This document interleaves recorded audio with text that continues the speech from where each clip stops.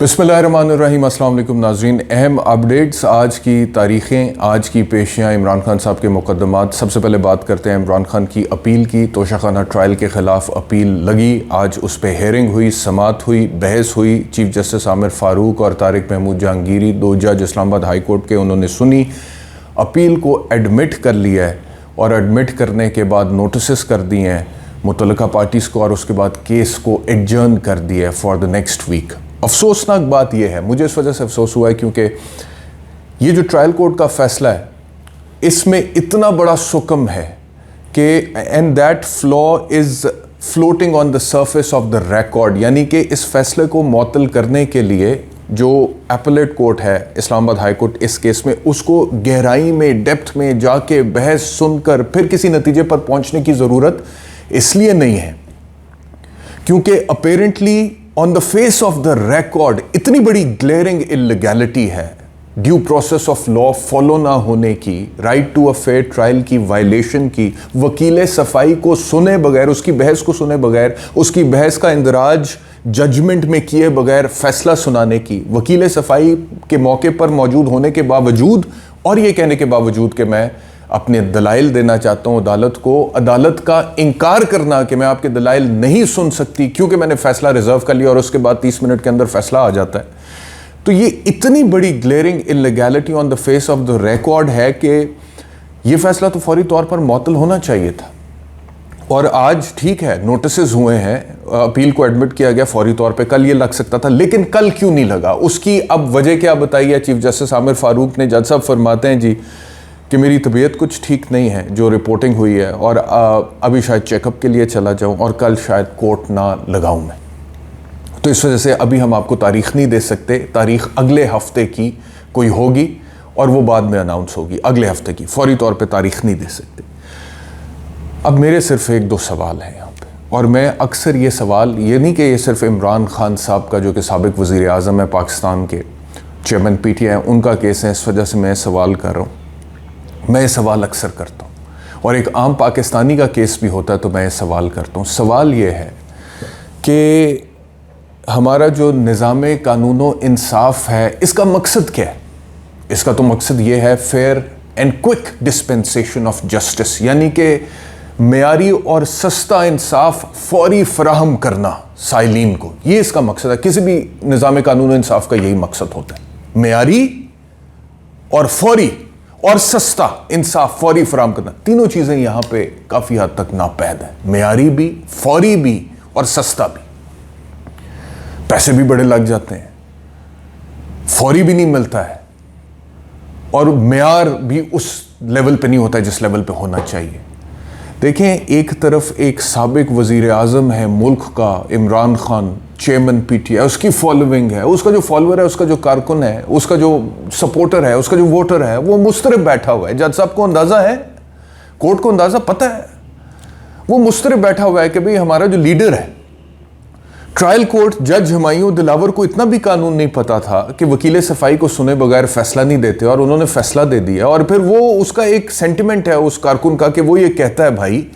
कि Nawaz Sharif, Zardari, Khwaja Asif, Shahid Khaqan Abbasi form B में declaration ना करें तो कोई चूं भी नहीं करता, और इमरान खान टैक्स के पेपर्स में डिक्लेयर करने के बावजूद अगर फॉर्म B में डिक्लेयर ना करे तो 3 साल सजा कर दिया जाता है,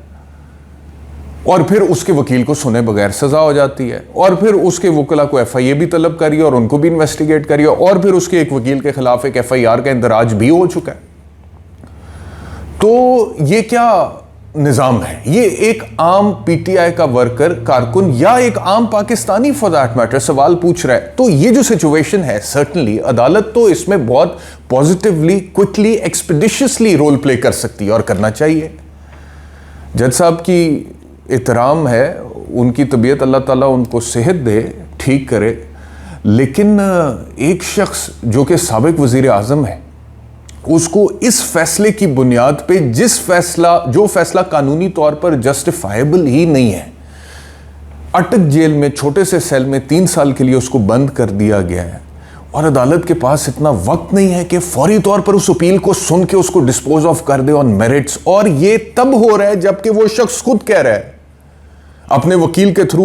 कि मोहतरम चीफ जस्टिस आमिर फारूक साहब इसको ना सुने, मुझे उनसे इंसाफ की तवक्को नहीं है। तो जब वो खुद कह रहे हैं कि मुझे इंसाफ की तवक्को आपसे नहीं है, आप मेहरबानी फरमाएं आप ना सुने, किसी और बेंच को दे दें, कपल्ड विद द फैक्ट कि आपके पास सुनहरी मौका है क्योंकि आपकी तो तबीयत भी ठीक नहीं है, आपने तो डॉक्टर को दिखाना है, तो आप कल किसी और बेंच को भेज दीजिए। लेकिन वो नहीं भेजा गया और उन्होंने अगले हफ्ते के लिए इसको समाअत को मुलतवी कर दिया। यानी कि चीफ जस्टिस आमिर फारूक साहब जो हैं, उनका जो ऑर्डर था, उनका जो फैसला था जज हुमायूं दिलावर को कि ख्वाजा हारिस की बहस सुनकर वो फैसला सुनाए, उसकी तो खुलेआम वायलेशन कर दी जज हुमायूं दिलावर ने, और ख्वाजा हारिस को सुने बगैर, दूसरी दफ़ा ऑर्डर था, सुने बगैर दूसरी दफ़ा उन्होंने फैसला सुना दिया और फाइनल फैसला सुना दिया। बजाय इसके कि उस चीज़ का नोटिस लिया जाता इस्लामाबाद हाई कोर्ट की तरफ से, इस्लामाबाद हाई कोर्ट की जो रफ्तार है अपील को लेकर और दीगर मामलात को लेकर, वो रफ्तार की बुनियाद पर जो साइल है जिसका नाम इमरान खान है, वो ये कह रहा है कि मोहतरम जज साहब ये जो हैं ये मत सुने, तो वो जज साहब अपने पास ही उसको रख रहे हैं, खुद ही सुन रहे हैं, फिर उनकी तबीयत भी ठीक नहीं है तो वो कहते हैं कि कल मैं सुन नहीं सकता। अब इसकी कॉस्ट वो जो साइल है उसको क्या पे करनी पड़ी है? Every single minute that he is spending in jail. कोई भी शख्स हो, कोई भी अदालत उसको वापस कर सकती है? नहीं कर सकती है। अगर रॉन्गफुल इनकासरेशन है, साबित हो जाता है कि फैसला गलत था और इवेंचुअली इस फैसले का मुकद्दर कानूनी तौर पर मुझे यही नज़र आता है, तो फिर ये जो वक्त है ये कोई वापस तो नहीं कर सकता ना। तो इस वजह से अदालतों को मेहरबानी ये करनी चाहिए कि उन्हें कम से कम एक्सपेडिशियसली डिस्पोज ऑफ करना चाहिए। पहली बात तो ये कि बेहतर होता कि चीफ जस्टिस आमिर फारूक खुद ना सुनते जब उनके ऊपर एतराज़ है और कहा जा रहा है उन्हें कि हमें आपसे इंसाफ की तवक्को नहीं है, फिर वो कहते हैं कि सुनूंगा भी मैं खुद, लेकिन जब मेरी तबीयत होगी ठीक तब मैं सुनूंगा। तो ये तो ज़रा अजीब सी बात है, लेकिन ये है कि बहरहाल अपडेट यही है। और सवाल ये है कि अगर एक साबिक़ वज़ीर आज़म का केस सुनने की रफ्तार ये, तो अब आप खुद ही अंदाज़ा लगा लें कि एक पाकिस्तानी आम जो है वो जब इस सिस्टम में आता है तो उसको क्या क्या भुगतना पड़ता है और उसके केसेस की रफ्तार पॉसिबली क्या हो सकती है। और अगर कोई बेगुनाह है और वो शिकंजे में आ जाता है और जेल चला जाता है और उसके बाद उसे वहाँ से बाहर निकलना है, तो वो किस रफ्तार से उसका केस आगे बढ़ता होगा, ये आप खुद ही अंदाज़ा कर लें। बहरहाल एक तो ये है, दूसरा ये कि जो वकला हैं इमरान खान के, उसमें एक शेर अफजल मरवत है, उन्होंने बोला कि जी कल अदालत के हुक्म से मैं वो गया था लेकिन मेरी मुलाकात नहीं हो सकी, बल्कि उन्होंने फिर आज एक और इंकशाफ किया और उन्होंने कहा है कि मैं रावलपिंडी बेंच में बैठा हुआ था कोर्ट में और मुझे ख़बर मिली कि मेरे ख़िलाफ़ कोई FIR का इंदराज हो गया। एक वकील इमरान खान के FIA ने उनको कल तलब किया था और 7-8 घंटे उनसे तफ्तीश की गई है मीडिया रिपोर्ट्स के मुताबिक, और दूसरे वकील ख्वाजा हारिस को आज तलब किया हुआ है 2 बजे। अभी वो गए हैं नहीं गए हैं इसकी हमारे पास ख़बर नहीं है। तो लतीफ़ खोसा ने ये बहस की है चीफ जस्टिस आमिर फारूक के सामने और उनको कहा है कि ये वकला जो हैं, आप बतौर chief justice Islamabad high court इनके बाप हैं, तो FIA इनको हरासा कर रही है, तो आप उनको मना करें। और उसके ऊपर उन्होंने एक स्टेटमेंट दे दिया है कि फ़िक्र ना करें, हम इस मामले को देख रहे हैं। ये बात ज़हन में रखी जाए कि ये जो FIA मुतहरक हुआ है और फाल हुआ है, ये चीफ जस्टिस आमिर फारूक, जिनको सरदार लतीफ़ खोसा वकला का बाप कह रहे हैं, उन्हीं के कहने पर मुतहरक हुआ है, क्योंकि उन्होंने ऑर्डर में लिखा था कि वो तमाम लोग जिन्होंने जज हुमायूं दिलावर की फेसबुक पोस्ट का इशू रेज़ किया था उनको इन्वेस्टिगेट किया जाए, या वो तमाम लोग जो इस मामले से जुड़े हुए हैं उनको इन्वेस्टिगेट किया जाए। तो जिनके कहने पर FIA मुतहरक हुई है उन्हीं को सरदार लतीफ़ खोसा वकला का बाप कह रहे हैं और कह रहे हैं कि FIA से इनका जो है मामला ये नहीं होना चाहिए, ये इसको आप देखें। तो उन्होंने कहा फ़िक्र ना करें कि हम देख रहे हैं। तो ये उधर से ये ऑर्डर है। तीसरा ये है जी कि एक और अजीबोगरीब खबर अभी तक की कि अच्छा, अब इमरान खान का जो कोयटा वाला कत्ल का मुकदमा है उसमें जो वकील साहब मुद्दई की तरफ से पेश हुए हैं, अमानुल्लाह कंदरानी मेरे ख्याल में उनका नाम है, वहाँ पे फुल बेंच बैठा हुआ था जस्टिस याहिया अफरीदी, जस्टिस मज़ार अली अकबर नकवी और जस्टिस रिजवी थे, हासन रिजवी। तो वो वकील साहब ने मज़ार अली अकबर नकवी और जस्टिस रिजवी साहब के हवाले से कोई नामुनासिब गुफ्तगू की है वहाँ पे। और मैं वैसे इस चीज़ का भरपूर क्रेडिट दूंगा इमरान खान के वकला को और for that matter Imran Khan को कि इतना सब कुछ होने के बाद कि जज हुमायूं दिलावर ने उनको डिफेंस का प्रॉपर राइट नहीं दिया, यानी कि इतना सब कुछ होने के बाद मैं इमरान खान को और उनके वकला की टीम को ये क्रेडिट दूंगा कि जज हुमायूं दिलावर ने right to a fair trial proper नहीं दिया, वकील सफाई को नहीं सुना, आमिर फारूक साहब को कहा कि आप ना सुने, उन्होंने खुद केसेस सुने, अक्सर व बेशतर एप्लीकेशंस इनके खिलाफ डिसाइड की, अपील फिर खुद सुन रहे हैं, फिर वो अगले हफ्ते उसको जज करें, लेकिन उसके बावजूद वकला कंपोस्ट हैं, उन्होंने कोई नामुनासिब बात नहीं की है चीफ जस्टिस आमिर फारूक की अदालत में, और ना ही जो इमरान खान साहब हैं उन्होंने की है। लेकिन ये कहना उनका राइट है कि हम आपसे केस नहीं सुनवाना चाहते हैं। तो यहाँ पे जो वकील साहब हैं उन्होंने तो काफ़ी बातें कर दी हैं। उन्होंने कहा जी, मैं आपसे अर्ज़ करता हूँ कि उन्होंने एक तो ये कहा कि ये मज़ार अली अकबर नकवी साहब के बारे में कि आप वो जज हैं जिन्होंने वो डोगर के केस में CCPO लाहौर जो थे डोगर, उनके केस में असखुद नोटिस लेने का कह दिया था इलेक्शंस के हवाले से, और जस्टिस रिजवी वो जज है जिनके खिलाफ एक केस पेंडिंग है। तो वो दोनों जज बड़े इस बात पे अपसेट हुए कि हमें आपने किस तरह से इसके अंदर रगड़ा है और ये आप क्या कह रहे हैं। तो उसके ऊपर वकील जो हैं वो मज़ीद वो ज़्यादा अग्रेसिवली वापस आए और उन्होंने कहा कि मैं कोई आपका ग़ुलाम नहीं हूँ, आप मुझसे इस तरह से बात ना करें, मैं कोई आपका ग़ुलाम नहीं हूँ, आम शहरी हूँ। उन्होंने कहा मुझे बोलने को मत कहें वरना मेरे पास बहुत कुछ है कहने को। और आगे रिपोर्टिंग में पढ़ रहा हूँ, अमानुल्लाह कंदरानी नशिस्त पर बैठने लगे तो बेंच ने रोक दिया और जस्टिस याहिया अफरीदी ने इनसे मुकालमा करते हुए कहा कि आप सामने आएँ, अगर आपको जजेस पर कोई एतराज़ था तो तहरीरी तौर पर जमा कराने चाहिए था। अच्छा जी, इसके अलावा जो अमानुल्लाह कंदरानी साहब हैं उन्होंने हाँ जी कंदरानी साहब, उन्होंने इल्ज़ामात ये आयद किए कि डोगर के केस में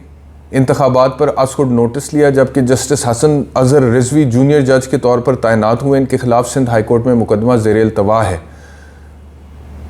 अच्छा, मज़ाहिर नकवी साहब ने कहा कि आपको किसने इजाज़त दी है कि इस तरह से हमारे बारे में बात करें। जस्टिस मज़ाहिर नकवी ने कहा कि आपको आज जजेस पर इल्ज़ामात लगाने के लिए ख़ुसूसी ज़िम्मेदारी देकर भेजा गया है। जस्टिस हसन रिजवी ने रिमार्क्स दिए कि आप जजेस की किरदार कुशी कैसे कर सकते हैं, मेरे खिलाफ सिंध हाई कोर्ट में कौन सा केस ज़ेर इल्तवा है, सबूत दें वकील साहब, बगैर सबूत महज इल्ज़ामात कैसे लगा रहे हैं। वकील साहब ने बोला जी मुझे बोलने को मत कहें वरना मेरे पास बहुत कुछ है कहने को।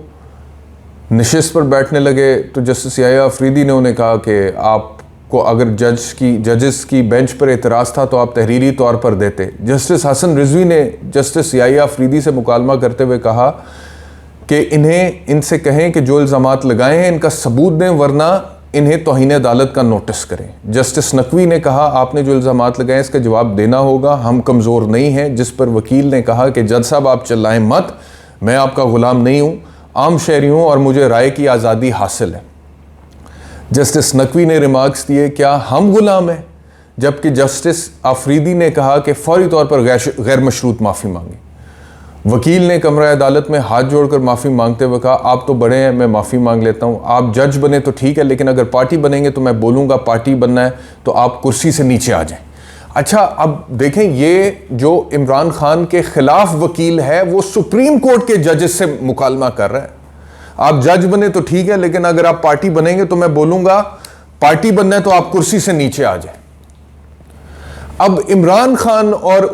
उसके वकील बारहा कह चुके हैं चीफ जस्टिस आमिर फारूक को कि सर हमें आपसे इंसाफ की तवक्को नहीं है, आप किसी और को दे दें केस। लेकिन उन्होंने नहीं दिया, फैसले भी कर रहे हैं, अभी तक कर रहे हैं, जेल में होने के बावजूद अपील को अगले हफ्ते फिक्स कर रहे हैं, लेकिन किसी वकील ने अभी तक चीफ जस्टिस आमिर फारूक से ऐसा कोई जुमला नहीं कहा कि आप जज बने, अगर पार्टी बनेंगे तो मैं बोलूंगा पार्टी बनना है तो आप कुर्सी से नीचे आ जाए। ऐसा जुमला अभी तक चीफ जस्टिस आमिर फारूक की अदालत में किसी वकील ने नहीं कहा, लेकिन सुप्रीम कोर्ट के जजेस के सामने इमरान खान के जो मुखालिफ वकील हैं वो कह रहे हैं। तो मैं सिर्फ ये कहना चाह रहा हूं दैट ये जो मामलात है ना अदालतों में, अब दे आर गेटिंग अगली। ये जो तकसीम है, अब ये तकसीम जिस तरह से रिफ्लेक्ट हो रही है और जिस तरह अब ये सामने आ रही है, दिस इज गेटिंग अगली, और इसका नुकसान सिस्टम को होना है बहुत ज़्यादा। इसको रोकने का एक ही तरीका है, और वो तरीका यह है fair and quick dispensation of justice on merits in accordance with the law. और अगर ये नहीं होगा तो फिर ये वाकयात आपको रूनुमा होते हुए नजर आएंगे जो कि नापसंदीदा हैं और नहीं होने चाहिए, और अगर होंगे तो सिस्टम को नुकसान होगा। अब एक तरफ वकला में तशवीश की लहर है कि वकला के साथ सलूक ठीक नहीं हो रहा, दूसरी तरफ जजेस जो हैं कुछ, उनको तशवीश है कि कोई, वो जैसे जज नकवी ने का रिमार्क्स है कि आपको किसी ने ये जिम्मेदारी दी है कि आज आपने हमारे साथ ये करना है। तो ये मामला जो हैं दे आर गेटिंग अगलियर, और अगर ये ऐसी आगे चलेंगे तो मुझे लग रहा है कि ये मामला ठीक नहीं रहेगा। और अगर इसको ठीक करना है तो फौरी तौर पे कानून को फॉलो करें, कानून अपना रास्ता ले, और एक्सपेडिशियसली जो काम है जजेस का, एक्सपेडिशियसली केसेस को डिस्पोज ऑफ करें, मेरिट्स पे करें, कानून के मुताबिक करें,